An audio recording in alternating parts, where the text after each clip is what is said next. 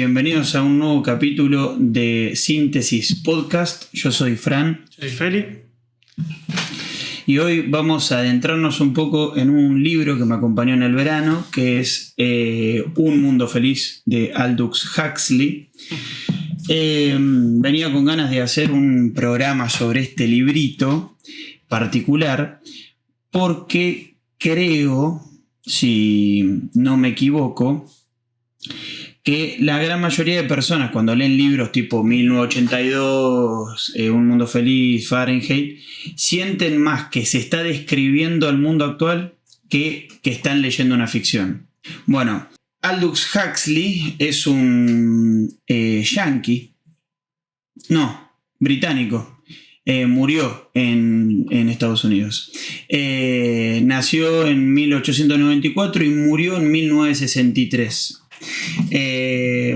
Bueno, es un tipo que podríamos considerar en lo que es el espectro de izquierda. No me voy a detener tanto en su biografía porque no me parece relevante, pero es un pensador o una persona que, desde mi punto de vista, se suscribía a lo que sería la izquierda, ¿no? Al igual que Orwell. Bueno, Orwell, por ahí podríamos hacer una analogía. Orwell era quizás un crítico más duro de lo que fue el stalinismo, un crítico más duro de ese tipo de regímenes, quizás un trotskista, podríamos decirlo. Y Huxley se enfoca más por ahí en una crítica hacia el sistema capitalista.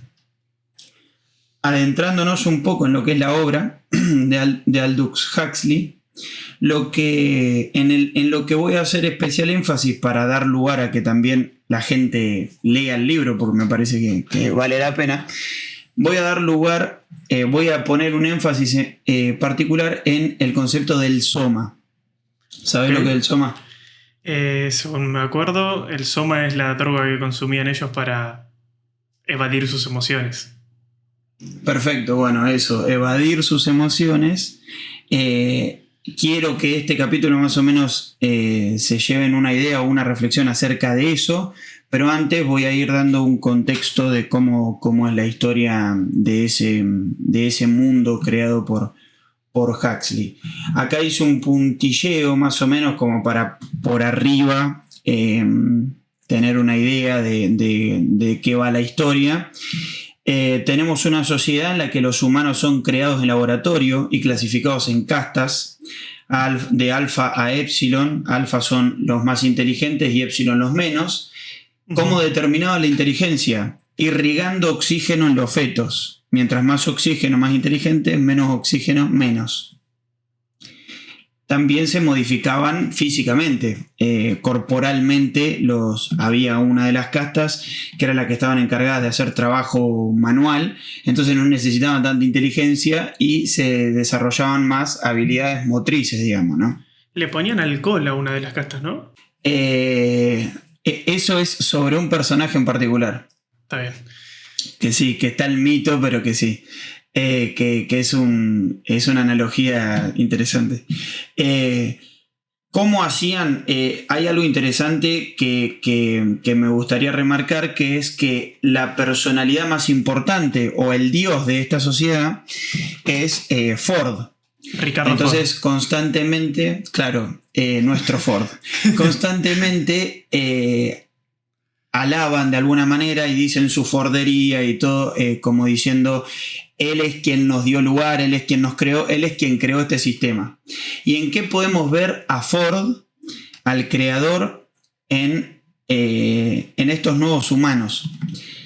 Son humanos hechos por un proceso que se llama método de Bokanovsky, que es producción en masa de seres humanos. Claro. En el libro se explica un poco mejor, en el que agarran a un óvulo y a través de un proceso, supongo que es químico o un proceso físico, multiplican la cantidad de óvulos que hay a su alrededor. Entonces de uno pueden sacar camadas de 80, 90 personas, y etc. Idénticas. Idénticos, son todos iguales, y por eso también tiene más sentido el tema de castas, porque son personas que son iguales, digamos. Y también se apega más al sistema fordista. sobre todo, porque tenemos producción en serie de seres humanos y lógicamente entra todo esto de, bueno, ¿qué funcionalidad tienen las castas? Estamos en una sociedad en la que cada una de esas personas cumple un rol. Claro. Y lógicamente se van a producir más de los que más trabajos, digamos, manuales necesitan que de los alfas. Y sí. Podríamos decir un alfa entre varios épsilons y demás, porque es uno solo el que necesita, digamos, hacer de director o de pensador, si es que supongamos que los había, pero que desde mi punto de vista no. Bueno, también tenemos una sociedad en donde se eliminan los conceptos como familia, amor y libertad individual. Y una sociedad donde el placer inmediato y el consumo son prioritarios. Las emociones negativas, como dijiste vos, se suprimen con el soma. Ahora, entramos en una sociedad en la que hay dos mecanismos, y acá es donde ya deja de ser ficción y empieza a parecerse a la realidad. Estamos en una sociedad en donde los mecanismos de regulación social, a diferencia de Orwell, que podría haber sido el disciplinamiento, la violencia, etc., en 1984, encontramos que los métodos de disciplinamiento social o de regulación social, de control social, son la droga, que es el soma, en la cual vamos a meternos más adelante, y la libertad sexual. Claro. O lo que podríamos llamar promiscuidad, esto de que tengan relaciones sexuales con cualquiera. ¿Por qué? Porque el proceso de reproducción humana ya no está en manos de los humanos. Esto se ve en varios momentos de la novela, o de la novela, del relato, en el que cuando hacen alusión a formar pareja, a casarse, a amamantar, tener hijos, incluso las palabras madre y padre causan rechazo e incluso asco y a veces burla en las personas. Ahora podemos pensar, ¿cómo hicieron para transformar a la humanidad de lo que somos hoy en eso? En que haya personas que resignificaron completamente todo lo que pensaban para que cuando alguien escuche la palabra madre se asuste, se le dé gracia, etc. Sí, a ver, habría que ver también qué vino primero, si el soma y esa manera de pensar, o que gracias a él, o que gracias a esa manera de pensar se creó el soma. O sea, es como que claro, en esa reprimienda de emociones, en las que no solo se reprimen las negativas, sino que también las positivas, y se vive como en una realidad paralela, quitar del rol, justamente del rol materno, el rol paterno, quitar la familiaridad de las personas, sea algo natural, porque si vos lo que menos querés es que formen emociones, vos lo que menos querés es que se relacionen, lo que menos querés es que formen vínculos, lo que querés es que cumplan su rol, que un épsilon sea un épsilon, que un alfa sea un alfa. Tal cual. Bueno, con lo anterior me estaba dando el pie a cuál es el método que utilizan para de alguna manera transformar el cerebro de estas personas, que esto también es algo muy cercano a nuestra época, que es los métodos de educación o de adoctrinamiento neopavlovianos, se llaman en el libro. Los métodos neopavlovianos están explícitamente representados en una escena dentro de la historia en la que hay bebés, que creo que son, no recuerdo la casta, pero creo que son gamas, algunos de los que no podían acceder al conocimiento, y les ponen libros y flores en medio de una habitación, y cuando los bebés se acercan, con ruidos y con rayos y demás, los asustan, tipo les generan mucho miedo, y después les dan una descarga eléctrica. Y cuando vuelven, cuando se van, termina todo eso, entonces ya quedan traumatizados a la hora de acercarse a las flores y a los libros. Y es muy interesante por qué Huxley relaciona las flores y los libros con la naturaleza y con la sabiduría, porque la excusa que tiene la fordería para decir que no se deberían acercar todos a la naturaleza y a la sabiduría es que no producen dinero, que no son rentables. Claro. Ni la naturaleza ni los libros sirven para que este sistema se sostenga. Porque estamos en un sistema en el que las cosas se realizan bajo una orden, bajo una directiva, y cada uno tiene que realizar una tarea en específico. Además, estas cámaras de acondicionamiento se llamaban, lo que tienen es que enseñan, van repitiendo constantemente a lo largo de los días experimentos como estos, y mientras los bebés duermen, les repiten un montón de frases adecuadas a cada casta. ¿Para qué? Para que amen su casta y que no que odien a las de los demás, sino que entiendan por qué es mejor ser de la casta que son y por qué está bien no ser de la otra casta. Entonces, ni siquiera hay una envidia entre castas, simplemente los tipos entienden que les tocó estar ahí, aman el rol que les tocó y entienden que su misión es cumplir lo solicitado por la sociedad, por este sistema empresarial, digamos. En vez de generar una rivalidad, generan como una comodidad dentro de la casta. Justamente para que claro, no quieran salir, no por verse oprimidos en la casta, sino por que sea su zona de confort. Exacto. Bueno, cuando va iniciando el libro, te hace un pantallazo general de cómo es la sociedad, etc. Después empiezan a aparecer personajes. Está el personaje de Bernard Marx, que es como el protagonista. Bernard Marx es un alfa más, o sea, es una de las castas superiores, pero en apariencia no es como uno de ellos, y en conducta tampoco. No es un tipo que corporalmente se manifieste como un alfa, ni que psicológicamente se manifieste como un alfa. Entonces estaba la teoría o el mito de que le habían puesto alcohol en el feto, digamos. Tiene un nombre que no lo recuerdo, pero tiene un nombre específico, el sucedáneo. El sucedáneo era como lo que les inyectaban.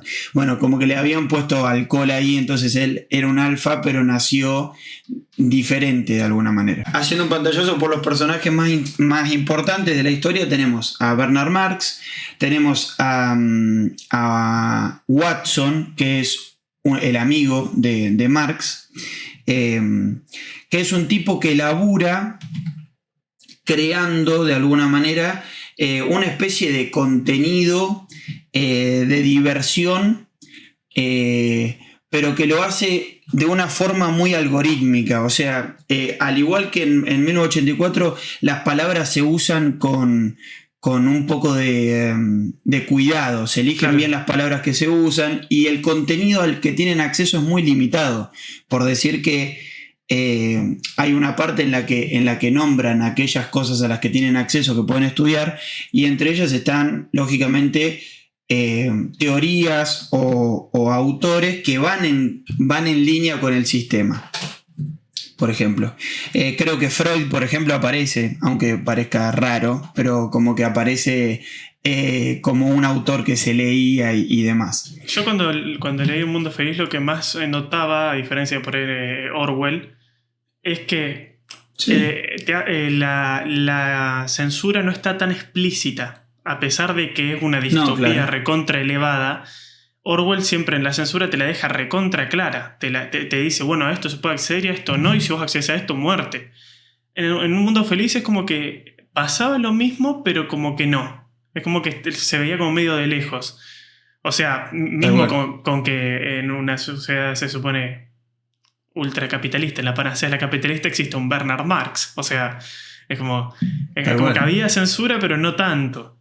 El método de censura es diferente porque lo que se está criticando desde el libro, haciendo un análisis por ahí más histórico, es diferente. Claro. Orwell critica por ahí la autoridad, la vigilancia y demás, que podríamos decir que estaba muy presente en los sistemas más estalinistas o soviéticos, o bueno, ahora podríamos decir chinos, el tema de la vigilancia y demás.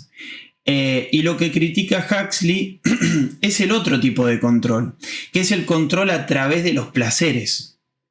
Sí. El control a través de la comodidad.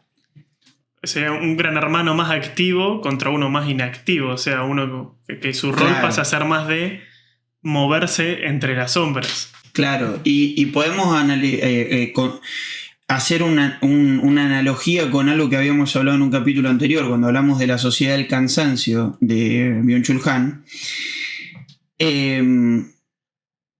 que estamos ahora en un momento en el que se parece un poco más a un mundo feliz en esto particularmente, o en Occidente, en el que pareciera que uno no puede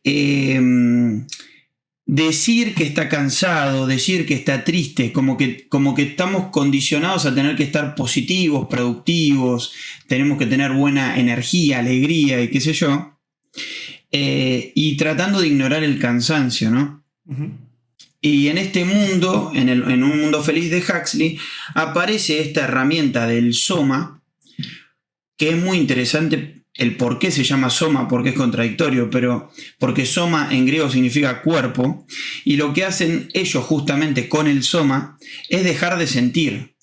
Siempre que tienen algún pensamiento que se va de la línea, la recomendación de un colega es: te hace falta un poco de soma para dejar de pensar esas cosas. Claro. Haciendo una línea de tiempo con lo que venimos contando de la historia, hay una escena muy particular en la que aparece otra de las protagonistas, que es Lenina Crown. Ahí ya vemos el contexto de los nombres, hacia dónde van. Sí. De la cual Bernard Marx está enamorado.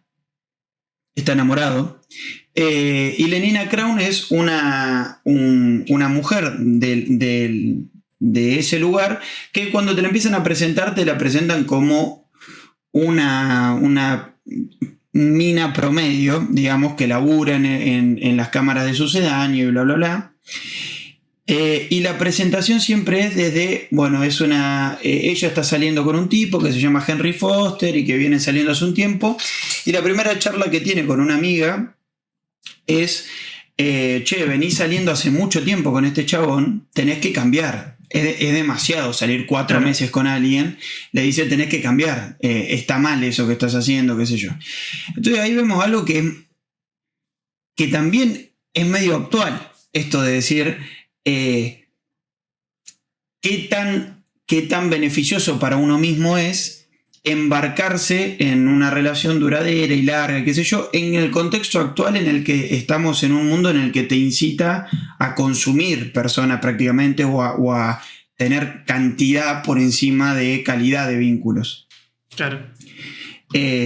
Ahí es donde aparece por primera vez en escena el tema de la regulación social interna, porque no es que hay una autoridad que les dice, o sea, sí la está, pero está implícita.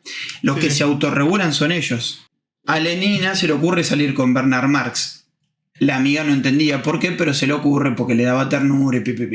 Hacemos un salto grande en la historia. Bernard Marx es un tipo, a diferencia de los alfa promedio, nostálgico, pensativo, cuestionador,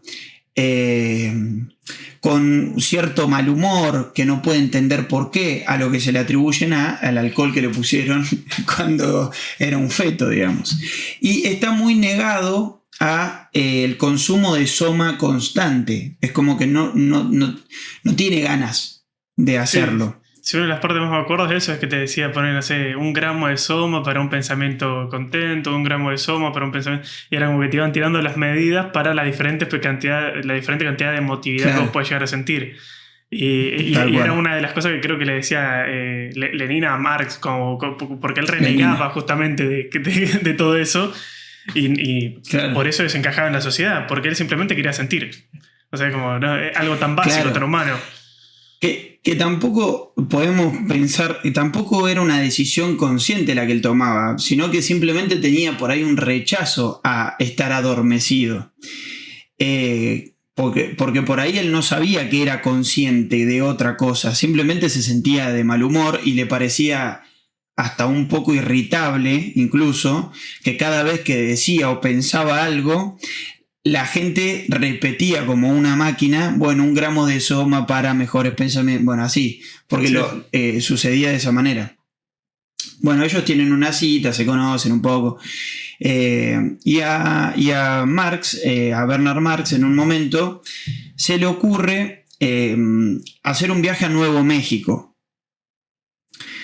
Cuando tienen una serie de problemas antes, lo querían mandar a Islandia, porque bueno, obviamente que esta forma de ser de él era conflictiva para la sociedad y aún más para la casta, que eran la casta más elevada. Entonces era conflictiva. ¿Por qué? Porque estaba en una casta en la que quizás podía haber personas que le den pelota, no era la casta más ignorante, digamos. Por ahí si él fomentaba algunas ideas, había gente que se prendía, digamos. Sí, ya es un revolucionario, pero ni siquiera un revolucionario desde el pueblo, sino un revolucionario con poder. O sea... Claro, exacto. Bueno, acá entra en escena otro escenario dentro de lo que es la historia, que para mí hay solamente 2 escenarios grandes, que son la ciudad, a lo que ellos le llaman la civilización, lógicamente, y el mundo salvaje, o el nombre que le ponen es Mal País. Sí. El Mal País es el mundo no civilizado. Acá entramos de vuelta en la polaridad de siempre, civilización o barbarie, los brutos, los cultos, etc. Pero es interesante la forma de vida con la que se encuentra Marx. Bueno, Marx y Lenina van a Nuevo México, van entusiasmados porque van a conocer el nuevo mundo. Marx de repente con un entusiasmo diferente, con otra actitud frente a la vida, porque se estaba por encontrar con algo nuevo. Por ahí lo que necesitaba era justamente eso, como salir de ese arrutinamiento constante. Cuando llegan, no es lo que se esperaban. Claro. Porque está armado, digamos, todo el lugar en donde ellos van a estar, que es un lugar más con seguridad, con rejas y demás, y después está el Mal País. Y cuando llegan, lo primero que ven es una escena donde hay un montón de personas haciendo una ronda con máscaras, son de piel morena, de piel negra. Ven un águila dibujado, un águila de madera, no recuerdo bien, con un hombre clavado en una cruz en el medio. Y en el ritual hay una persona que la están haciendo correr alrededor y la van latigueando, y en un momento se cae al piso, y cuando se cae al piso toda la multitud se va. Esta es la escena con la que se encuentran del mundo salvaje, digamos. Okay. Más allá de que era un mundo que había mugre, que había tierra, que había... bueno, algo que la sorprende mucho a Lenina Kraun es que ve por primera vez a una anciana, que eso también era algo del soma. El soma te retrasaba el envejecimiento. Claro. Entonces ve por primera vez a una anciana, y después de ver a una anciana, con el asco que le causa la vejez, ve a una mujer amamantando, otra cosa totalmente asquerosa para ellos. Que, para aclararlo, la vejez y el amamantamiento es lo más normal del mundo, pero para ellos era algo que no pasaba, no existía la posibilidad. Claro, porque es lo más normal de este mundo, pero no de ese mundo. Claro.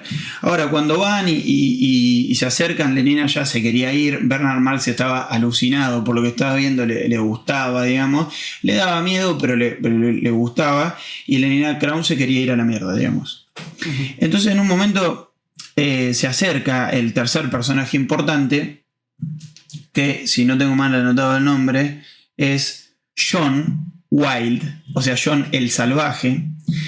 John el Salvaje es llamativo porque está vestido de salvaje, pero parece un civilizado. Y eso es lo que le llama la atención. ¿Cómo parece un civilizado? Bueno, para hacer una analogía, no lo dice exactamente así en el libro, pero tiene rasgos civilizados. Podríamos decirlo, era blanco. Claro, de los que carecía Marx. Exacto, era blanco y podemos ponerle era blanco, rubio, ojos claros, etc. Bernard Marx era un alfa, pero era morocho, peticito, bla, bla, bla. Así podríamos caracterizarlo para que se entienda. Así los describen en el libro. Claro,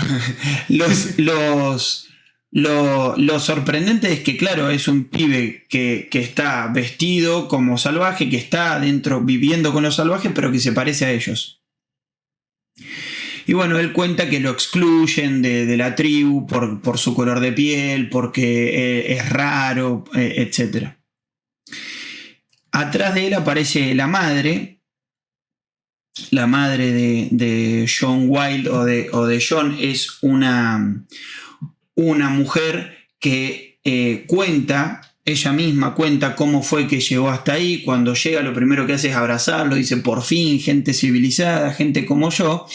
La mujer tenía un aspecto bastante horrible por cómo se lo describe en el libro. Le faltaban los dientes, estaba muy sucia, muy con la ropa rota y demás.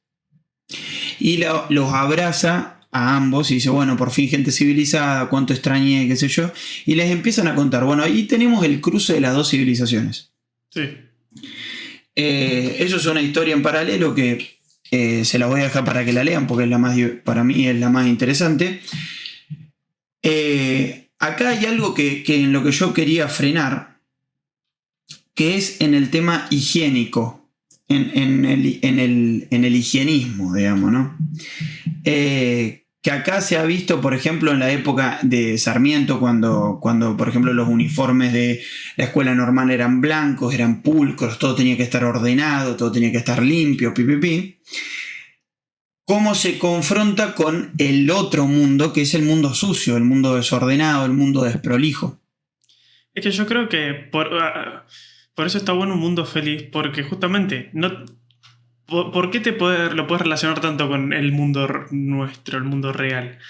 Porque la clase de divisiones no son estrictas. O sea, Marx pudo viajar a ese nuevo mundo. No es que estaba prohibido, no es que se escaparon, saltaron una frontera. No, estaba perfectamente habilitado, podía ir cualquier persona, porque ya se llegó hasta un status quo en el que lo distinto está mal visto, pero no está oculto, está ahí. Y justamente por no estar oculto, por causar ese rechazo, es que se reempodera más ese status quo.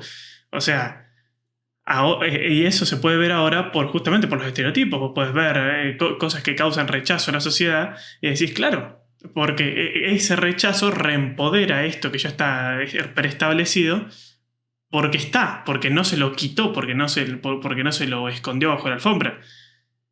Exacto. Se lo visibiliza. Claro. Pero en esa visibilización medio como que se lo censura aún más. Pues como que gracias a que está, te lo puedo tapar más todavía. Exacto. Porque está la falsa ilusión de que como te lo muestro, no te lo estoy prohibiendo, sí. O no lo juzgo. Y en realidad hay un juicio. Por ejemplo, podemos analizarlo con algo. El exceso de criminalidad que hay en el arte contemporáneo de ahora, en las series, en las películas, en las canciones, etc. Casi una de las temáticas principales de la gran mayoría de películas, de canciones y demás, es la criminalidad, la tenencia de armas, la tenencia de drogas, los consumos de drogas, los consumos de servicios eróticos y demás. ¿Cuál es el problema acá? Estamos en una sociedad en la que supuestamente eso no se puede, en la que supuestamente todo eso está mal. Pero a la vez, esa misma sociedad es la que produce contenido artístico, podríamos decir, utilizando a eso como producto de atracción. Y es que... Entonces estamos en un lugar en el que dice, che, yo esto está mal, pero yo te dejo que vos hagas lo que vos quieras. Yo te doy acceso a que hagas lo que vos quieras, como si nosotros estuviésemos en una situación de realmente elegir una vida, que esta es una de las preguntas finales que vienen acá, pero elegir una vida, que es una gran temática, una vida feliz y adormecido o una vida dolorosa y despierto. Es que es una rebeldía contenida. Yo te doy una cuota de algo que yo te digo que está mal para que vos la consumas y la añores en pos de esa rebeldía, pero que también sepas que eso está mal, por lo tanto, cuando seas un adulto más formado, lo rechaces. O sea, el adolescente, por ejemplo, añora esa realidad porque es lo prohibido, lo que va en contracorriente. El adulto la rechaza. Y ese mensaje te lo está brindando la propia sociedad, la propia industria. O sea, es como, yo te estoy dando tu propio enemigo y te estoy dando tu propia rebeldía. Te estoy dando el propio Soma. O sea, básicamente como yo te doy la cuota de rebeldía tuya. Te estoy dando una pecera en la que vos podés rebelarte contra el sistema y sentirte súper revolucionario, pero en realidad no vas a cambiar nada de la estructura real de esto. Es como la frase típica de los políticos que dice yo te doy acá mis ideales y si no te gustan tengo estos otros. O sea, es como yo te doy estas personas contra las que luchar y si no te gustan te doy estas otras. No importa, vos tenés que estar concentrado en un enemigo, pero no en el que vos quieras, en estos que te estoy marcando. No, tal cual.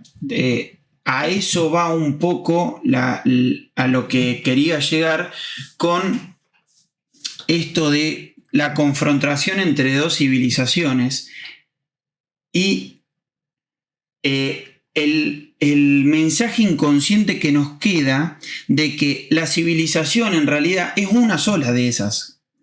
¿Por qué? Porque se representa al salvaje y a la tribu y qué sé yo, como una sociedad desorganizada, pero en realidad tenían ritos, tenían costumbres, tenían formas de ser, lógicamente, condicionadas por su materialidad, por los recursos que tenían, por la forma de vida, digamos. Pero no eran una sociedad desorganizada, para decirlo de alguna manera. Siempre se ve que cuando se narra desde el civilizado al incivilizado, siempre el sucio es el incivilizado. O sea, lo que más se me viene a la cabeza es la serie de Vikings. Vos en Vikings, las primeras temporadas antes de que invadan Inglaterra, vos ves una sociedad normal. Cuando invaden Inglaterra y tenés contra qué compararlos, decís, medios raros estos. Pero después, cuando empezás a meterte más adentro en la sociedad inglesa, decís, son iguales, son lo mismo. O sea, son iguales. ¿Los dos están civilizados o los dos son incivilizados? Y ahí es cuando, al ser una serie histórica, decís, los dos son incivilizados. O sea que técnicamente nosotros somos los civilizados. Tal cual. Esto me hace pensar en una crítica que en algún momento estaría bueno profundizar. Es la crítica a la ilustración. La crítica a creer que el hombre es algo más de lo que es el humano. O sea, armar un hombre ideal que es sabio, que es racional, que es empático, que es bueno, etc. Cuando vos vas con esa cajita de sueños e ilusiones de decir, sí, la humanidad es esto, y te cruzas a un ser humano de verdad, te decepcionás. Sí. Y ese es el germen desde mi punto de vista, acá habla Francisco, es el germen de los supremacismos. Porque cuando vos tenés una idea de hombre elevado, el hombre puro, etc., y te cruzas a un chango ahí que está peleando por su vida y que tiene algunas conductas, algunas que son malas, actitudes malas, lo querés suprimir. Porque si no lo podés suprimir teóricamente, ¿por qué? Porque tu teoría ya se cayó. Y para defender tu teoría, ¿qué tenés que hacer? Tenés que transformar a ese animal que te cruzaste para que se amolde a esto. Y si ese animal te da pelea, ¿cómo lo solucionás? Es que se vuelve el mismo antropocentrismo de renegar que somos animales. O sea... Ahí está. Si ese animal te da pelea, la única forma es suprimirlo, es eliminarlo. Y es lo que ha pasado a lo largo de la historia con todos los movimientos, todos los tipos de ideología que quisieron hacer a un hombre teórico y amoldar al hombre real a ese hombre teórico. ¿Se entiende? Volviendo al libro, ¿dónde podemos ver esto? Ahí está el choque, en que de vuelta a la realidad, hasta en una ficción, que es lo que hace Huxley, la realidad es más fuerte que la teoría.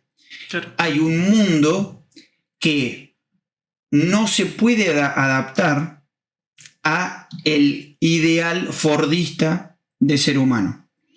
Hacemos un salto en adelante en un par de escenas y por arte de magia, por la magia del montaje y del guión, aparecen Lenina, Bernard Marx, John Wilde y la madre en la civilización, en la ciudad. Que no recuerdo el nombre de la ciudad, pero vamos a decirle la civilización. Creo que no la nombran. Pero no me acuerdo. Bueno, van a la civilización. Creo que es Londres, de hecho. Puede ser. Pero no me acuerdo. Van a la civilización. En la civilización, bueno, el choque con todo eso a la madre de John la hace moco y la tienen... bueno, ella lo que más extrañaba era el soma. Sí. Y cuando empieza a tomar soma, se pierde, digamos. Entonces la internan a inyectarle soma, a darle soma, porque ella ya se había perdido. Empezó a consumir tanta cantidad que se perdió. Lógicamente, ¿para qué? Porque ahí es algo, hay algo a lo que estaría bueno hacerle doble clic, que es el soma te hace dejar de sentir la humanidad o la animalidad, para decirlo de alguna manera. Hace que vos te vuelvas una persona que tolera aún más, te insensibiliza, tolera aún más ese sistema que está viviendo, sin sentido, sin propósito, algorítmico, mecánico, demás. La única forma de mantenerte tranquilo en ese tipo de vida es que te den una sustancia que no te haga sentir todo lo que estás haciendo, que vos pienses que es normal, que está todo bien, que no pasa nada, etc. Por eso es un riesgo el hipismo para la sociedad. Eso es, lo dice el libro, no lo digo yo. Bueno. Pero el hipismo entendido como esto de, bueno, no te preocupes, pero tenés que tener una mejor energía. No el hipismo combativo. El hipismo combativo lo defiendo, el de los 70, que también después se mercantilizó. Bueno, no vamos a entrar ahí, pero el hipismo de, bueno, tenés que ser positivo, tenés que tener una buena energía y demás, que es algo con lo que nos venimos peleando. Acá también se pelean, porque el soma es eso. Sí. El soma es insensibilizarte. El soma es ponerte un collar de amatista para alejar las malas vibras. Claro, exacto. Bien, ahora volvemos a esto. ¿Cómo se toma John la nueva sociedad? Hay un detalle en John que es que lo único que le quedó de la civilización a su madre, a su padre, que después se descubre que su padre es uno de los funcionarios de ahí, es un libro de las obras completas de William Shakespeare. Es el único contenido literario que tuvo John en toda su vida, con lo que aprendió a leer, con lo que aprendió a hacer un montón de cosas. Es más, creo que no es que le quedó del padre, sino que lo encontró tirado en el basural de Malpaís, digamos. Sí, sí. Lo encontró tirado. ¿Por qué? Porque Shakespeare no se leía en Buen País, por así decirlo, en Londres. No se leía. No tenía sentido. ¿Por qué? Porque Shakespeare, si hay algo que hay, es romántico. Y una sociedad como la que estamos describiendo, ¿de qué le sirve Romeo y Julieta? Que son dos pibes que se matan por amor, por un amor al otro. Sí, si no hay pasión, no hay lectura pasional. O sea, no te sirve. Exacto. Y tampoco hay el amor como concepto, no tiene sentido en este tipo de sociedad, porque está totalmente dosificado. El amor se desintegró en determinados placeres. Y esa sensación de unidad con los demás no hace falta que la tengas, porque ya te meten con un embudo en que vos perteneces a una casta y ya te fomentan la idea de que ese es el lugar tuyo en el mundo y que no tenés que buscar nada más y bla, bla, bla. Y el amor muchas veces es estar incompleto y querer llenar con algo ese vacío, con un otro, con algo que nos haga sentir mejor. Sí, tener la capacidad de anhelar, tener la capacidad de... El anhelo, la esperanza, bueno, todas esas emociones. Shakespeare no tiene sentido, no entra en este lugar, pero el pibe, claro, había aprendido a leer con las obras completas de Shakespeare, entonces era un romántico en toda ley. Sí. Era un tipo que más allá de que podríamos creer que era un bruto o que era un salvaje, era un tipo que nació en una sociedad en la que la religión era muy importante, porque la religión era la que ordenaba de alguna manera la sociedad, y que él nació o se crió con Shakespeare. O sea, era muchos de los recuerdos que él tiene cuando, por ejemplo, siente cariño por Lenina, o cuando siente que está equivocado, se le viene un momento de Shakespeare o una frase de Shakespeare a la cabeza, y, por ejemplo, se mortifica muchísimo por sentir amor. Claro. ¿Y eso de qué viene? Viene de un personaje, de un cuento de Shakespeare, que se mortificaba y decía: por favor, sacámela de la cabeza, quiero olvidarla. Bueno, La emotividad de esa estamos persona. en una... Claro, es lo romántico, lo ideal. Que acá hay algo lindo, y digo lindo a propósito, que hace Huxley, que es darnos una señal de por qué tendríamos que tener un ojo con aquello que nos parece cursi, romántico, ideal y tonto, porque en última instancia es lo más humano de lo que tenemos. Claro. Porque el proceso técnico, ya estamos viendo que la tecnología casi va por sí misma. El proceso técnico va a ir y nuestra sociedad se va a acomodar a eso. Lo que nunca vamos a poder modificar de alguna manera es el sentir humano. Y el sentir humano está muy graficado desde las tragedias griegas hasta un libro como este, por ejemplo, que termina de una forma muy trágica, que no la voy a decir para que lo lean. Pero la tragedia como concepto es de las cosas más humanas que tenemos.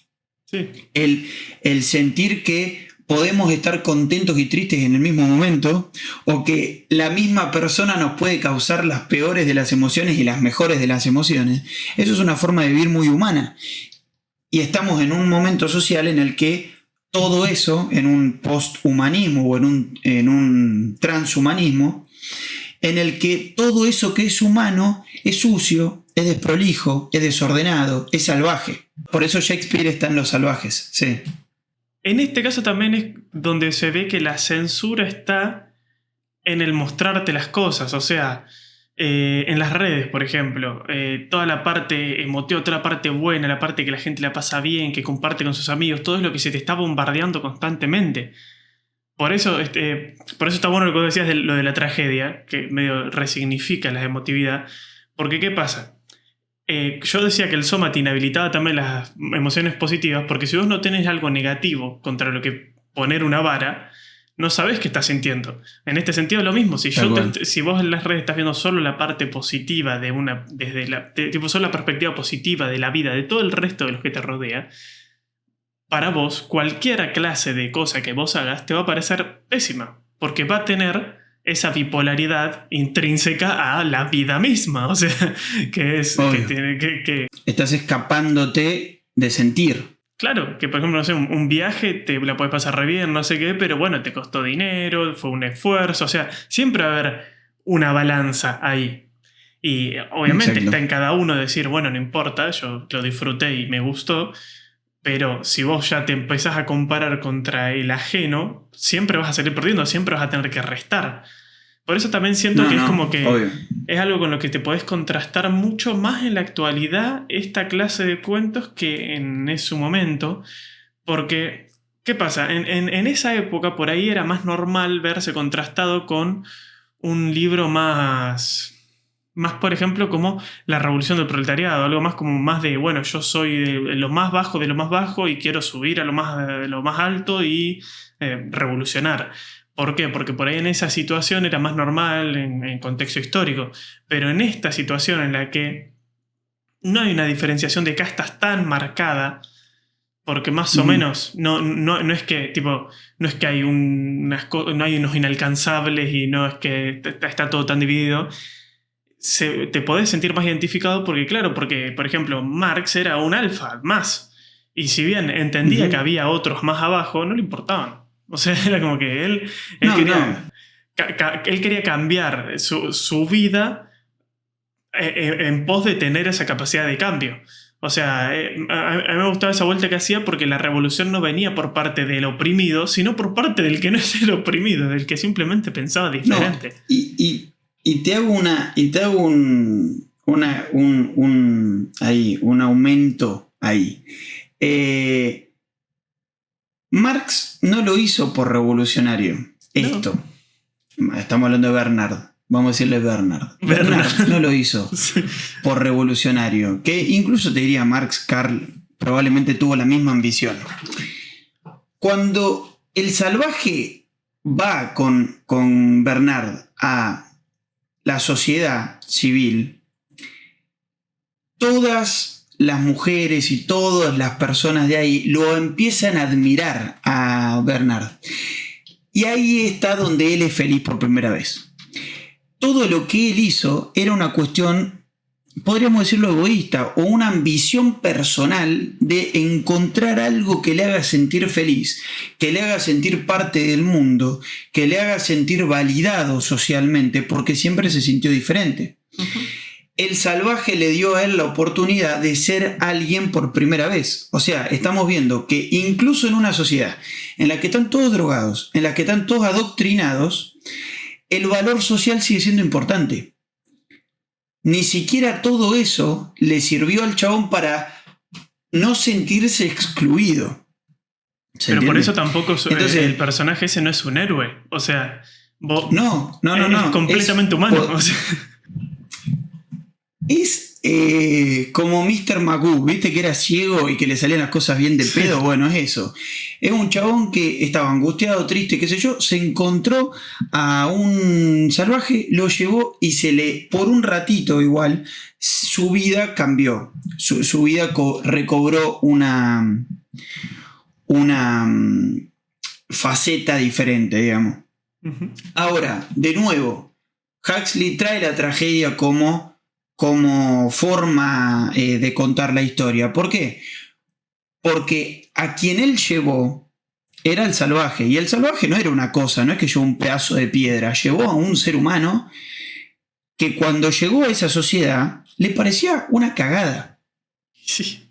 Y no le parecía una cagada por la pompa que había y demás. Le pareció una cagada porque notaba que la gente, entre otras cosas, estaba totalmente perdida. ¿Perdida en qué sentido? Vamos a graficarlo con una escena. En un momento, la madre de él le pasa algo y tiene que ir al hospital. Cuando él sale, se encuentra que hay una revuelta afuera del hospital de mucha gente pidiendo que le aumenten la dosis de Soma. ¿Por qué? Porque con lo que se pagaba, pues no tenía sentido que haya dinero, con lo que se le pagaba a la gente era con Soma, con tabletitas de Soma. Un quilombo, y el chabón se brota porque la estaba pasando mal y se brota y se enoja y agarra todas las cajas de Soma y las empieza a tirar por la ventana como diciendo: tomen, no me rompan los huevos, ¿entendés? Pero no se lo estaban pidiendo a él, se lo estaban pidiendo a otro. Pero el loco se sacó por ver a todas esas personas pidiendo por favor que les den esa droga. Y hay un montón de escenas similares en las que él se va dando cuenta de que esa sociedad no es lo que él imaginaba, porque él soñaba con conocer la civilización y cuando la conoció se dio cuenta que era una cagada en muchas cosas. Es que imagínate, él soñaba con conocer esa civilización, viaja en el avión, se los encuentra haciendo ritos que no conoce, ellos teniendo relaciones en cualquier lado de una manera sucia, niños teniendo relaciones entre ellos, todo sucio, horrible. Son el mismo personaje. Agarraste el concepto que es el sexo. Para John Wilde era un tipo que se crió leyendo a Shakespeare y que se crió en una sociedad que, más allá de que era salvaje y todo, una de las críticas que le hacía la madre de él a esa sociedad era que eran monógamos y tenían hijos. Tenían hijos como naturalmente, como se tiene un hijo entre dos seres humanos. Ahora, para eso era horrible. De hecho, hay algunas analogías de que la madre de John, podríamos decirlo de una forma educada, era abierta a estar con cualquier persona de la tribu que tenga ganas de estar con Para ella. la tribu era promiscua. Era una prostituta, por así decirlo. Claro. Ahora, ¿qué pasa con esto? Él ya tenía en su mente toda la normativa de la tribu, que era muy estricta, y además le sumamos el romanticismo de Shakespeare a su mente. Entonces, ser una mujerzuela era una cosa atroz para el chabón. Ser fácil era una cosa atroz para el chabón. Entonces, cuando él se vuelve completamente loco, es cuando concreta con Lenina, que era la que le gustaba, y le dice, te quiero, y Lenina le quiere dar un beso instantáneamente. Y el chabón se saca y le dice, no puede ser, sos una mujerzuela, no puede ser, te tenés que... Se enoja, se vuelve loco y empieza a tener actitudes súper violentas. En el libro no dice que le pegue o algo, pero sí se pone muy agresivo y ella le da miedo y se termina escondiendo. Y después se va, qué sé yo, bueno. Acá tenemos, incluso están constantemente ofreciéndole soma y él no quiere, o creo que en algún momento accede y le pega medio mal. Y empieza a hacer una serie de ritos purgativos que se ve que son de la tribu, de vomitar, de autoinducirse un vómito para limpiarse por dentro.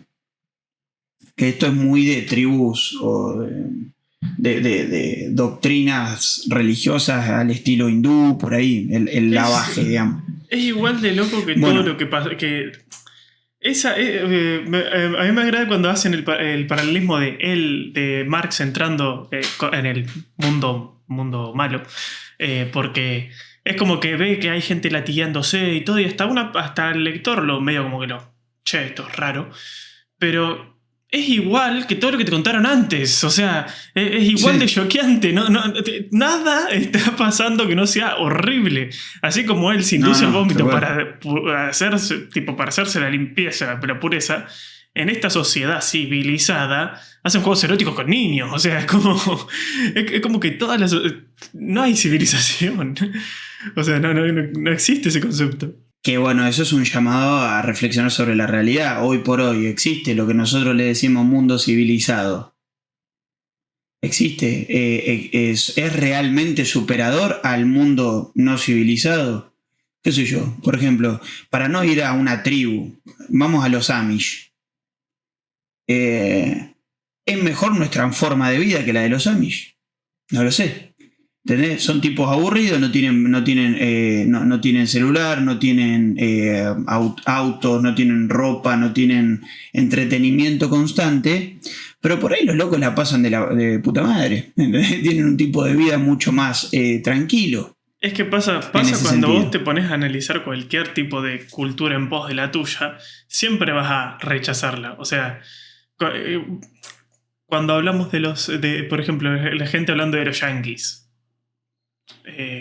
Dicen, no, bueno, comen para el orto, no sé qué, mucho exceso, no sé qué, y es como, bueno, pero por ahí ellos viéndolo desde allá para acá, nosotros vivimos en la tierra, sí, o sea, claro, nos alimentamos tirados en el piso. O sea, imagínate la vista con cuero. Imagínate la vista de una persona ajena completamente viniendo a Argentina, viendo que nosotros estamos tomando hierbita verde desde un envase de cuero. O sea, como no tiene sentido. ¿Qué hace? Sí. Trajiste lo interesante, que es el mate. Mirar la sociedad yanqui como lo más parecido a la sociedad en el mundo feliz, y mal país a Latinoamérica. Sí, particularmente Argentina, no te diría Argentina, te diría más Latinoamérica, sacando las grandes capitales, por ejemplo. Le puso Nuevo México, Aldo Cable. Claro, bueno, Nuevo México, exacto. Estaba claro el mensaje. Era inglés. Tengamos en cuenta que partimos de una base de análisis. Clarísimo el mensaje. Claro. Entonces, a lo que iba con esto de cómo le afectó a Jon vivir en esa sociedad, es que quizá ahí está el ejemplo de cómo nos sentiríamos nosotros si verdaderamente experimentamos un tipo de vida completamente alienado en el sentido de fuera de uno mismo, que eso es lo que hace el soma. Por eso es contradictorio que se llame cuerpo en griego, porque el cuerpo, en última instancia, cuando alguien somatiza algo, es que pasa algo al cuerpo. Si vos estás angustiado y de repente te duele la panza, somatizaste, o sea, agarraste la angustia que existe acá o en tu mente, concepto angustia, y la llevaste a tu panza, entonces lo somatizaste. Ahora, los tipos se toman una pastilla de soma, ahí está seguramente cómo usa el gobierno o la empresa, porque es más bien una empresa, el lenguaje de que le dicen cuerpo a lo que no es cuerpo, a lo que justamente es irse del cuerpo. Es que el soma por ahí no es el cuerpo de la persona que lo consume. El soma por ahí es el cuerpo Claro. al que esa sociedad quiere que aspires. O sea, Exacto. es el mismo paralelismo que haces con la cuerpo Eucaristía ideal. cristiana. O sea, el Ok, cuerpo a ver, de Cristo. ¿cómo? El cuerpo de Cristo. Vos tenés que aspirar a ser la mejor versión de ese cuerpo puro, de esa versión pura del humano, del hombre, que es Dios hecho carne. En este caso, asumiría que se le ha puesto la palabra soma justamente como una representación de agarrar y decir, esto es el cuerpo que vos tenés que aspirar, el cuerpo de Ford, el cuerpo real de la sociedad. Es interesante eso. Sí.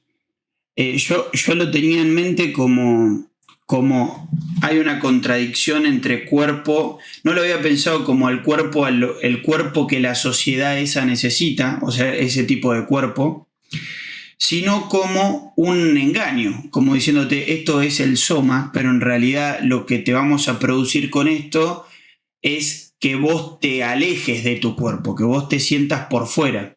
Claro, esto no sos vos, es lo que tenés que ser. Exacto. ¿Qué es lo que vemos hoy?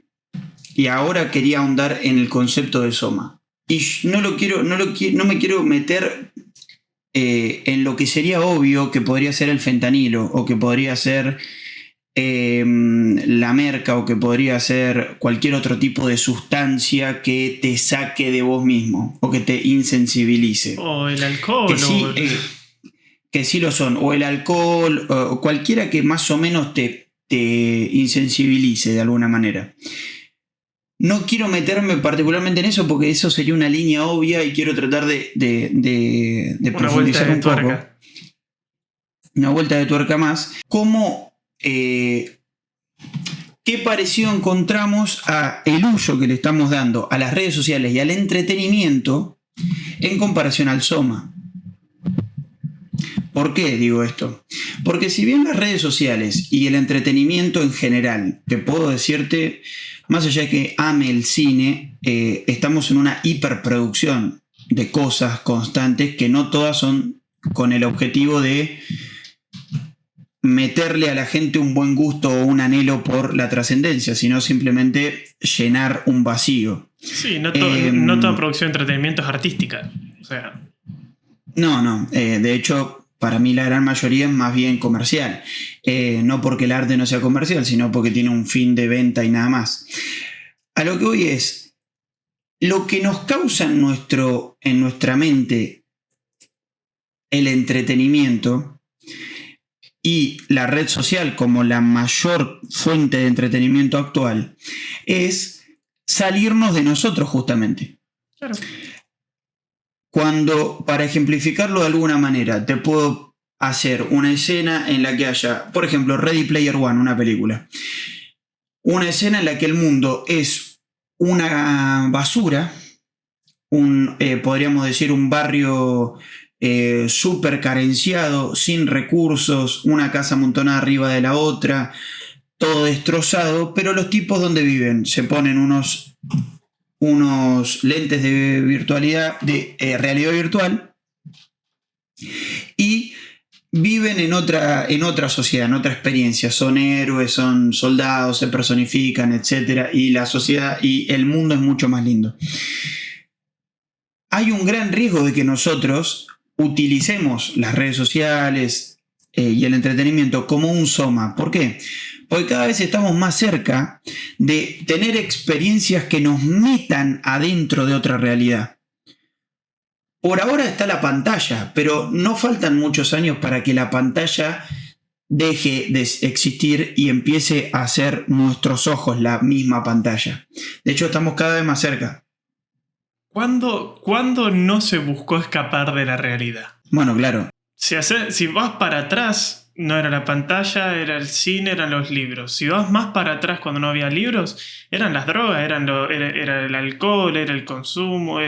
Vas más para atrás hasta las tribus te vas, consumían hongos alucinógenos, creaban historias, cantaban. O sea, siempre se intenta como de sustraerse a esa realidad. Por ahí lo que podemos ver ahora es que esa sustracción es más hecha a medida. Te voy a hacer un contrapunto ahí. Las sociedades de antes, ¿todas se querían escapar o querían visitar otro lugar? Pero cuando vos visitas otro lugar, ¿no te estás estamos escapando? en un clima... No necesariamente, porque vos de alguna manera...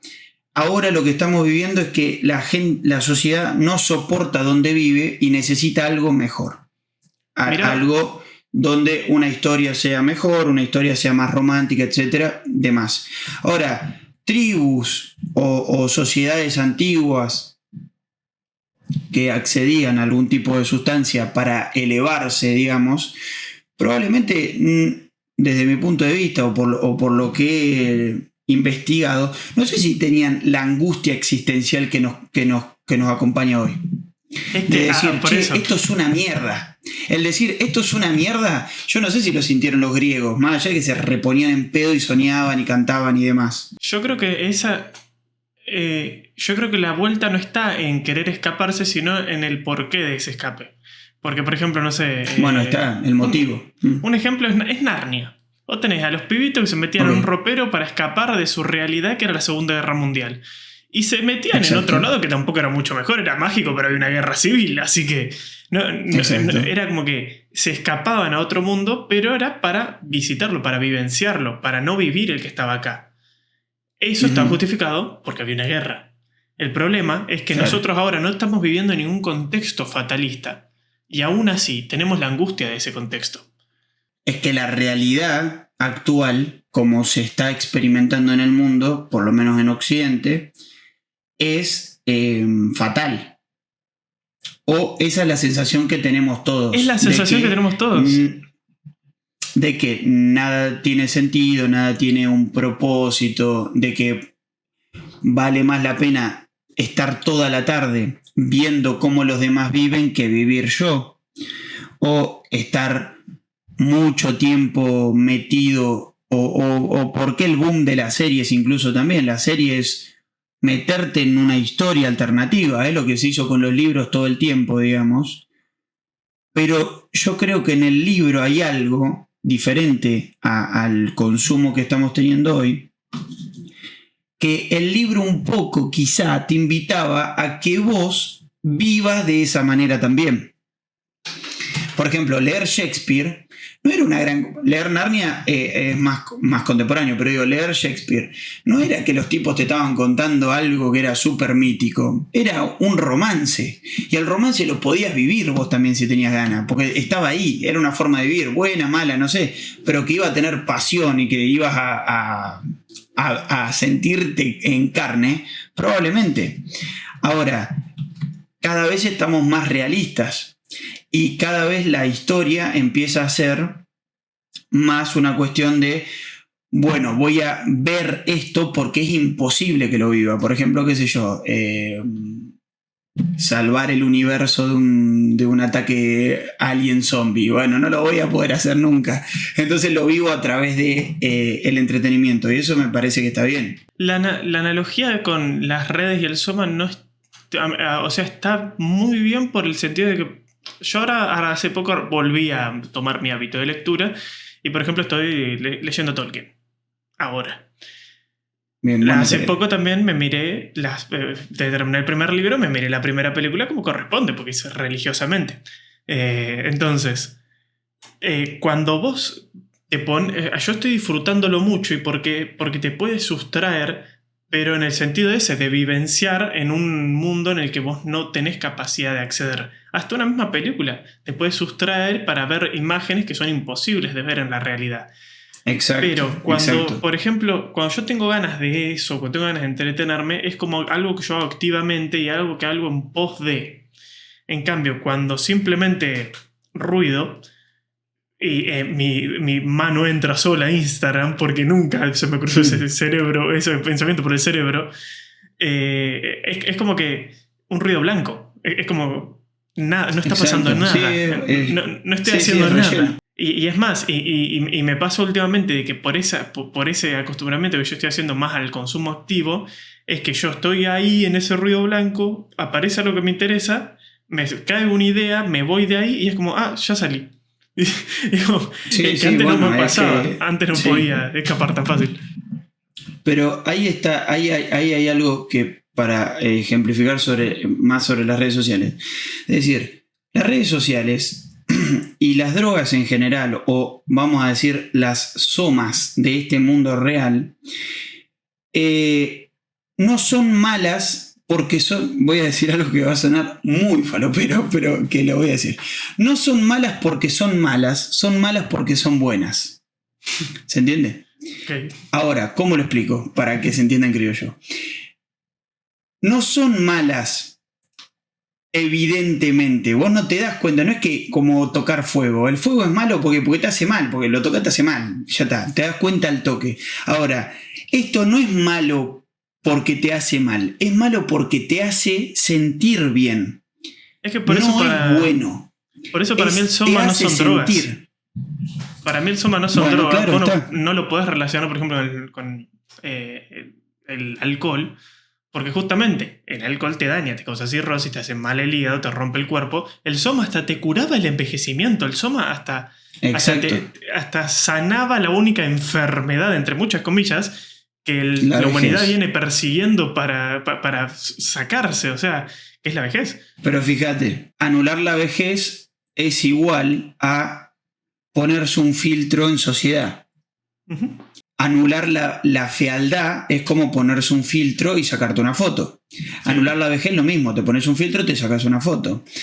El concepto de ok, yo la estoy pasando muy mal, pero me meto ahí y me río y estoy conectado con la gente y están mis amigos y los veo, se está usando todo un mecanismo de generarte confort, generarte, no te angusties, acá estamos todos.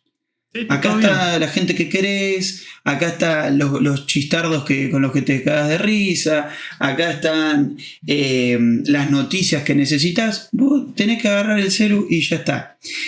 En contraposición para salvar al entretenimiento fílmico, pero no a la basura, sino al buen entretenimiento, la sensación de mierda que tenés cuando te metés mucho en una película y termina. Y ahí sos humano por una buena vez, porque estás viendo Harry Potter y decís, ¡ay, Dios, boludo, qué increíble! Terminó la película y salís y no tenés una varita y no podés hacer magia y no te va a llegar nunca la lechuza con la carta que te invite a Hogwarts.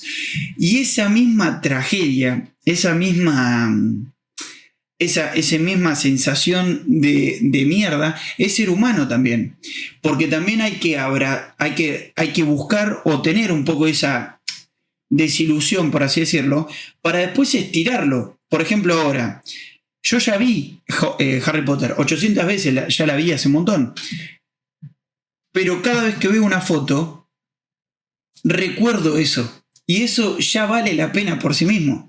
Es que para mí la finalidad, justamente que tenga un fin, que tenga un cierre, es lo que hace que valga la pena.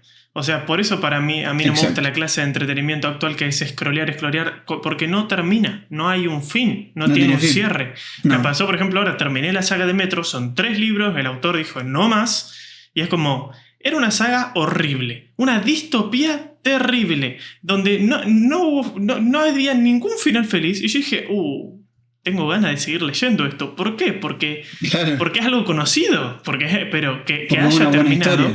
Claro, pero que haya terminado es como el cierre que se necesita para afianzarlo, para que sea tuyo.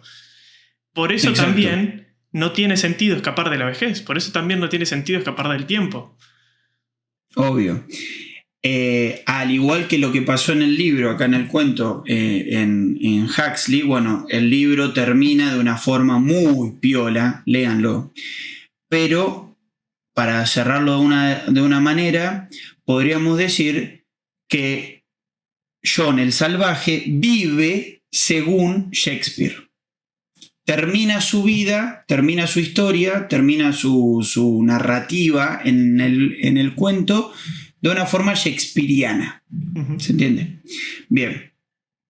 Ahora, el libro me encantó, me causó un montón de cosas, me hizo reflexionar un montón, pero también me hizo pensar que a pesar de que este muchacho lo haya escrito en 1939 y hayan pasado casi 100 años desde que lo escribió, o más, no, 100, casi 100, los problemas que estamos teniendo son los mismos. Y eso lo podemos trazar desde Sócrates en adelante, que es un lugar común igual decir, che, tenemos los mismos problemas, pero deteniéndonos un poco en esto, es decir, la sociedad que él pensaba terminó ocurriendo, que es una sociedad en la que por lo general estamos más adiestrados por el placer que por la obligación. Haciendo una analogía al capítulo de satanismo, dentro de la lógica cristiana o católica o teológica, el enemigo no es, al igual que lo que dije recién, no es que es malo porque es malo. Es malo porque te hace sentir bien. Cuando vemos la serie, por ejemplo, Lucifer, o cuando vemos la series o películas donde aparece el demonio aparece como diciendo, te voy a hacer sentir poderoso. Eso fue incluso lo que le pasó a Jesús en los 40 días del desierto caminando. Aparece y dice, te voy a hacer poderoso, te voy a hacer feliz, te voy a hacer el más importante de todos. Te voy a hacer que te sientas bien, que no te preocupes y demás. ¿Por qué lo traigo al demonio acá? Porque históricamente tenemos la oferta de vivir una vida adormecidos pero felices. Históricamente fue algo que acompañó a la humanidad constantemente y que hoy nos sigue acompañando y que es una respuesta a la que invito al público a que la piense, de decir, ¿qué vida elegiría si tuviera la posibilidad? O podemos resumirlo en la red pill y blue pill también, está en todo, pero decir, ¿qué vida elegirías? ¿Una vida de adormecimiento y felicidad o una vida trágica, pero de conciencia? Entonces, sabiendo que, por ejemplo, hasta te puedes ir tan atrás como la Biblia, donde se te planteaba que Dios era en el que se sufría y el demonio era el que te daba placer pero instantáneo. Placer inmediato, claro. Huxley hizo revisionismo histórico, futurología. ¿Él predijo una sociedad o describió lo que él ya estaba viendo? Yo creo que Huxley acá tiene un punto su marxismo. Porque Marx es un tipo que se dedicó a analizar el capital. Analizarlo profundamente. No solamente materialmente, sino también en propósito.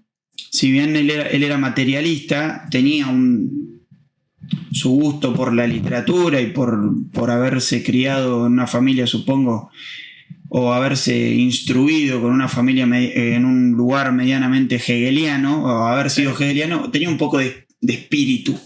Y yo creo que él, de alguna forma, predijo lo que iba a ser el capital, pero cuando él escribió y analizó el capital estaba naciendo, estábamos en vísperas de la revolución industrial. Las grandes características de lo que es el capital lo vemos hoy.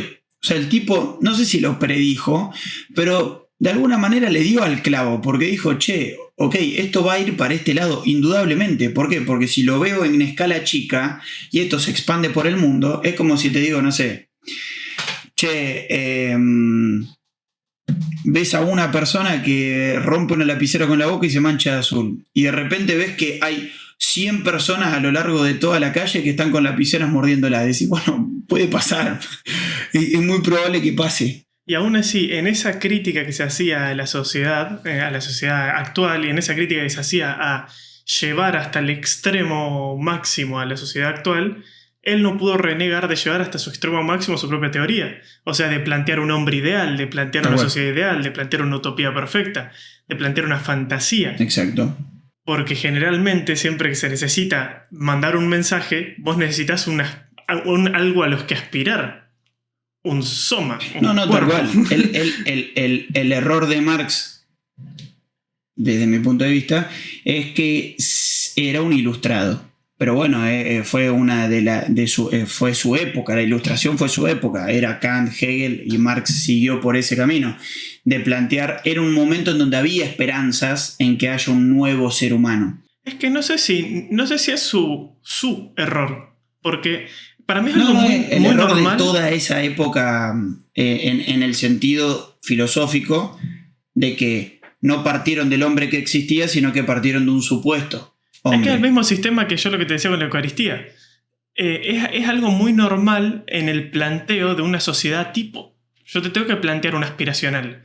Ese aspiracional puede ser desde un hombre ideal hasta un dios, hasta un mártir, no importa, pero yo te tengo que plantear algo a lo que vos tenés que ir.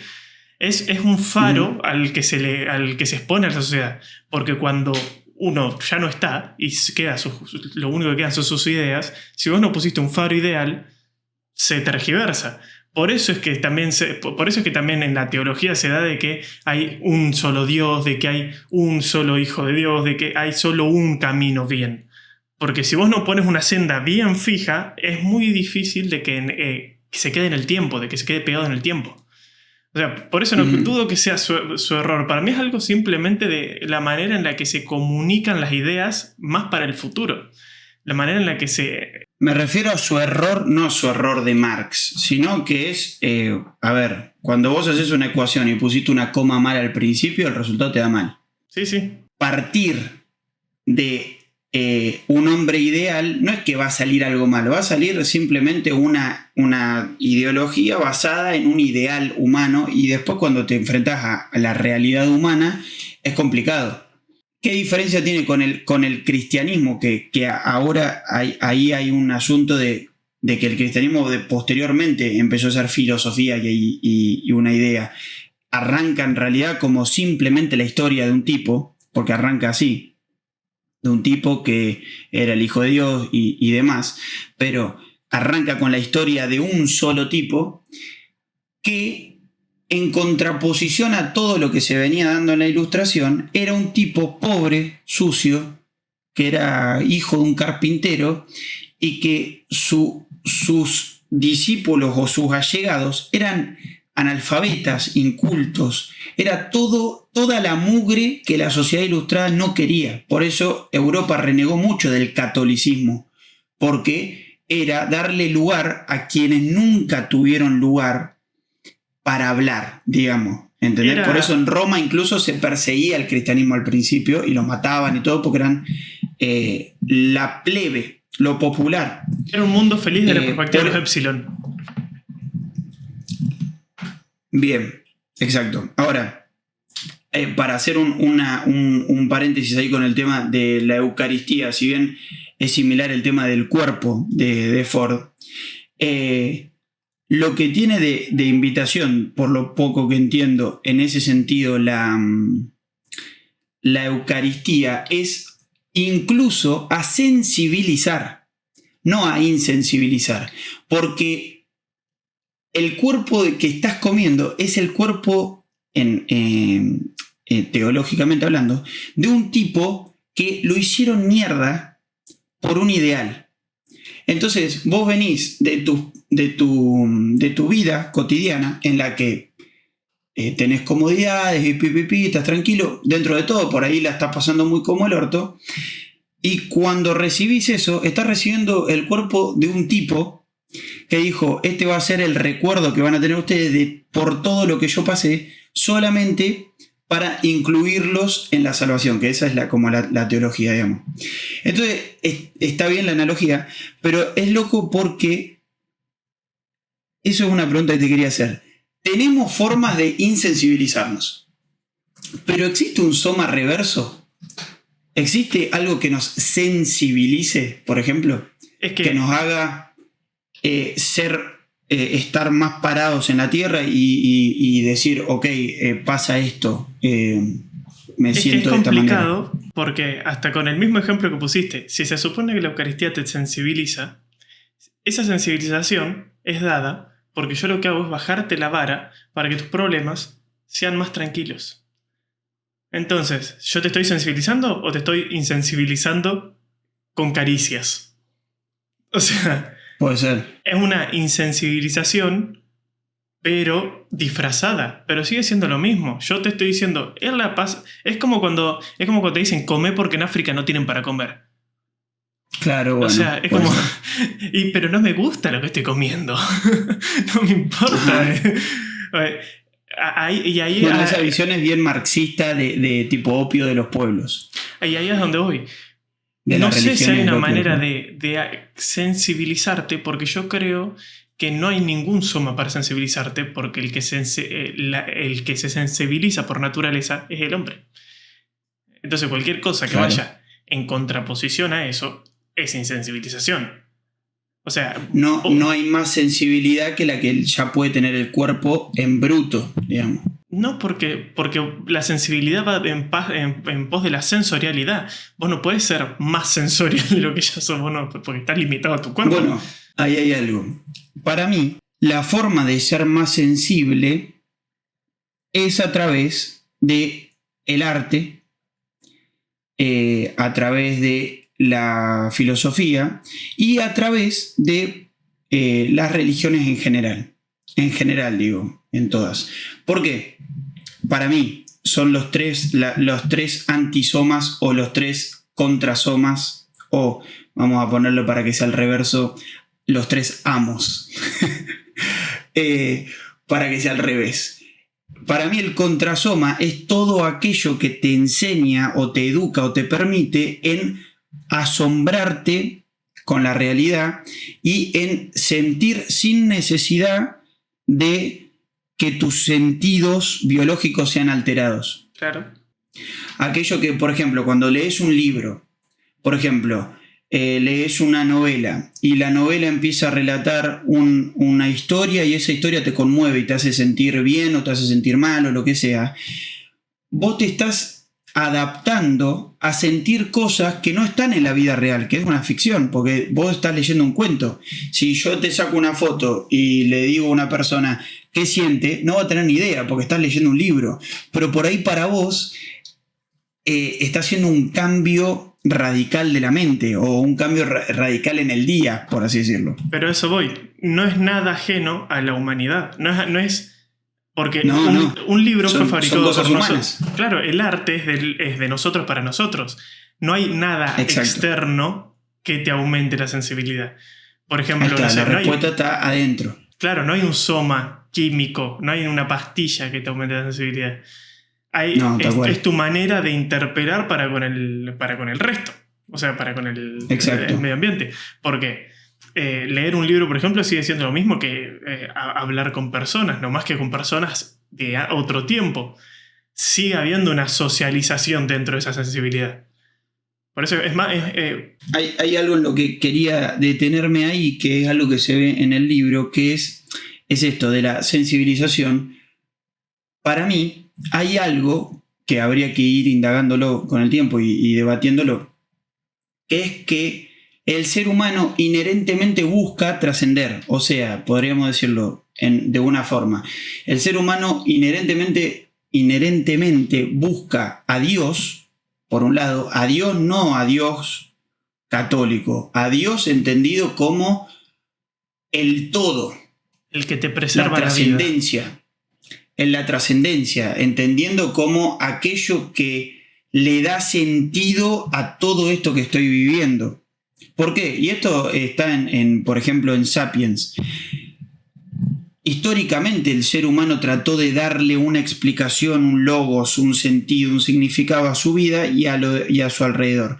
Y observando la belleza o la organización de la naturaleza, muchas veces se llegó a la conclusión de decir, che, si esto está ordenado, tiene que haber algo ordenado arriba, o tiene que haber alguien que lo haya ordenado, porque no puede ser ordenado porque sí, azarosamente. Entonces se van llegando a las conclusiones de ese estilo. Ahora, fíjate cómo en la sociedad de un mundo feliz la trascendencia estaba completamente eliminada. No había nada más que aquello que estaban viviendo. Uh-huh. En la sociedad salvaje, en Malpaís, había una representación de un águila con un crucifijo y un tipo crucificado, y había ritos. El rito, ¿qué sentido tiene cagar a latigazos a un tipo porque no aguantó 30 vueltas en un círculo? No tiene sentido. Pero para esos chabones, eso era lo que determinaba si ese tipo estaba listo para ser un adulto o no. ¿Está mal? Sí, está mal, lo podemos cuestionar y todo. Pero ellos tenían un sentido de trascendencia y estos tipos no. La flagelación de ellos era explícita, era violenta, y la flagelación de estos era quizás aún peor, porque no tenían ni siquiera un propósito para hacerlo. Era simplemente el, che, me siento mal. Bueno. Es como el águila de sangre en Vikings. Es un ritual totalmente barbárico, pero que para ellos estaba completamente justificado porque eso implicaba de que iba a tener vida eterna. Salvar a la persona. Claro. Salvar a la persona. De salvar, pero a la persona como entidad, como alma, como ser. Porque el cuerpo estaba totalmente destruido. Honorable. Claro. Claro, no, exacto. Sí. Era hasta honorable y se pedía. Bueno, ahí está. Algo que a todas luces es salvaje, no tiene sentido, tiene mucho más sentido que lo que desde el punto de vista civilizado pareciera como el orden, lo limpio, lo higiénico, lo saludable. Y hoy estamos viviendo en una sociedad en la que constantemente la trascendencia, hacer algo por el que viene, hacer algo no por un beneficio personal, está cada día más en jaque. No tiene sentido, por ejemplo, que te dediques a ayudar a los demás o a generar contenido o a investigar sobre un tema que no te genera guita y no te va a generar ningún tipo de comodidad a tu vida actual, porque lo único que importa es el ahora. Es como el fundamentalismo del presente. Estamos ahora y lo único que importa es cómo la pasás vos ahora y de última, tus hijos. Pero hasta ahí. Pero para mí el truco es en el medio. Es en el... bueno, sí. Vos no podés ser un fanático religioso y decir, bueno, todo en pos del futuro y de cuando yo vaya al cielo y de que ponga del futuro. Tampoco podés ser un fanático histórico de, revisionemos el pasado, pero tampoco podés ser un fanático del presente, de, no me importa lo que va a pasar, no me importa lo que pasó, sigamos en lo que pase. Para mí el truco está en encontrar el punto medio de algo muy simple, referente al dinero. Yo ahorro un poquito por si me pasa algo, pero me gasto en cosas que me gusten a mí porque me hacen feliz. O sea, porque porque si quiero comerme una pizza me la voy a comer. O sea, es como, es el medio, es menos, es hasta más tranquilo. No buscar trascender ni buscar ser el próximo Napoleón Bonaparte, sino simplemente buscar de que el día de mañana no te falte nada y de que no le falte nada a tu círculo, pero que el día de hoy estar bien y estar tranquilo y poder darte los gustos que te agraden a vos. Eso es la sociedad actual. Es el medio, más tranquilo, o sea, es menos. Es la respuesta a la que podemos llegar hoy nosotros, contemporáneamente. ¿Por qué? Porque no tiene sentido ser un héroe. No tiene sentido arriesgarse por una causa mayor. Y por más que nos esforcemos intelectualmente en tratar de que tenga sentido, no va a tener sentido porque nos criamos en un contexto histórico en donde todo aquello que te ponga en riesgo, todo aquello que por ejemplo, implique arriesgar la vida o la integridad, está mal.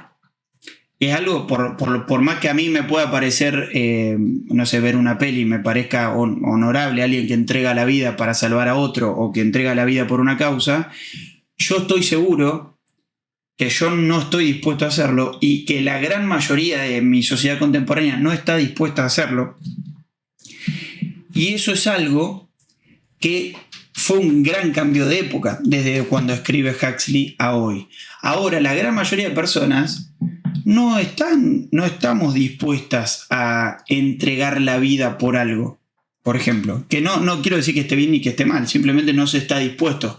¿Por qué? Porque el concepto de no hay nada más importante para nosotros hoy que la vida, que nuestra vida, porque no sabemos si vamos a vivir otra. Había otra época en la que la vida esta era transitoria. Era completamente, era un capítulo. No sé si cambió mucho en el sentido de decir, a ver, para mí el post de trascendencia se fue disminuyendo mientras la religiosidad de la sociedad también se fue disminuyendo.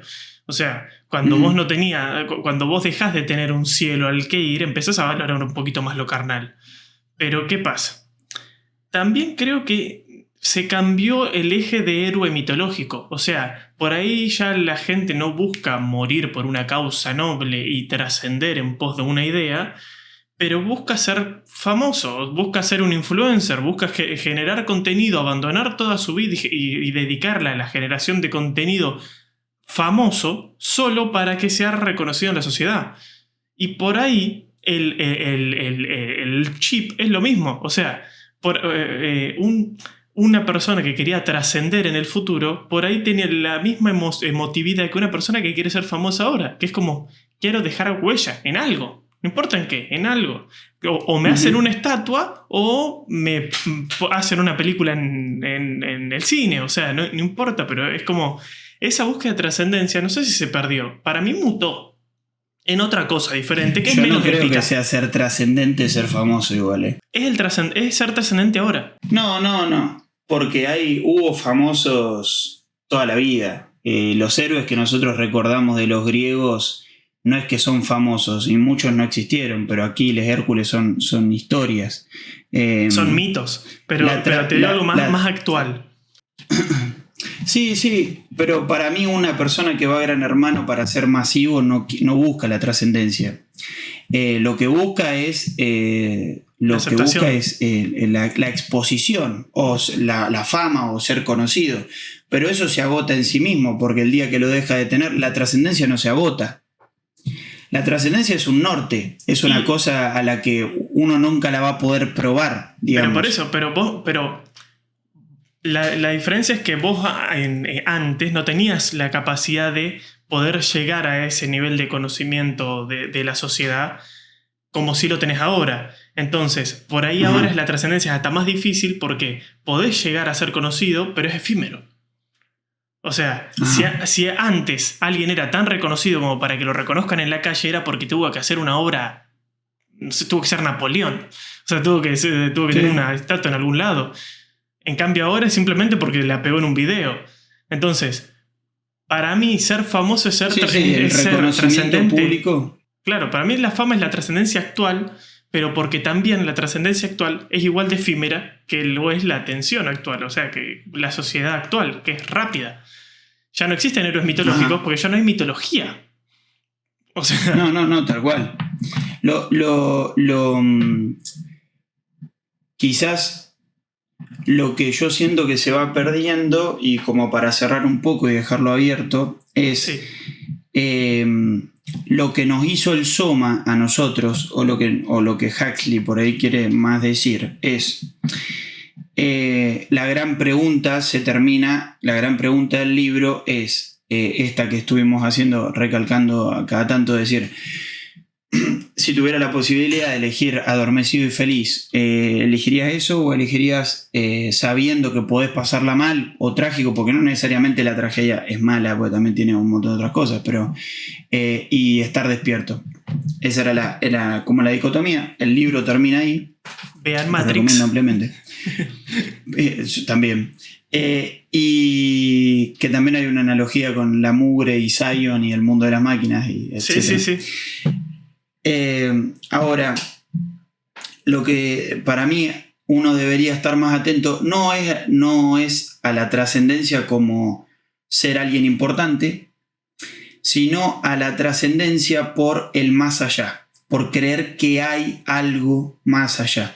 Y eso se pierde no solo porque se pierde la religiosidad, que sí, porque la teología es fundamental para cómo se van estructurando las sociedades, o fue fundamental, sino que se pierde también porque no hay mundos posibles, y esto lo vimos en Realismo Capitalista. Es más fácil imaginar el fin del mundo que el fin del capitalismo, o sea, de nuestro mundo actual. Entonces, esa es una invitación que se dio por la charla que se generó ahora, de decir, ¿cuántas veces hemos pensado nosotros, o qué tan posible es para nosotros pensar en un mundo diferente, en un mundo posible, en un más allá, incluso? Así que bueno, con eso cierro. No sé si querés agregar algo, alguna rec o algo. No. Yo recomendación, les podría recomendar... bueno, ya les recomendé la saga de Metro. No, la saga de Metro ya se las recomendé. Pero no, sobre esto mismo, bueno, no solo el libro de Aldous Huxley, lean Orwell para ver el paralelismo entre los dos. Está muy bueno ver ese paralelismo de cómo, de esas sociedades que son muy parecidas a las actuales, pero una es un poquito más afín. Y también, y vean Matrix, la trilogía de Matrix está muy buena. Si no la vieron. Hay mucha gente que no la vieron también. Y si la vieron, véanla otra vez, después de ver este capítulo. Pero no tengo mucho más que agregar. Veremos en el próximo episodio. Yo nada, recomendarles el libro una última vez y agradecerles a todos los que están acá. Compartan el video, denle me gusta, suscríbanse, lo de siempre. Nos vamos a encontrar esto está saliendo en un domingo, así que nos encontraremos en el otro.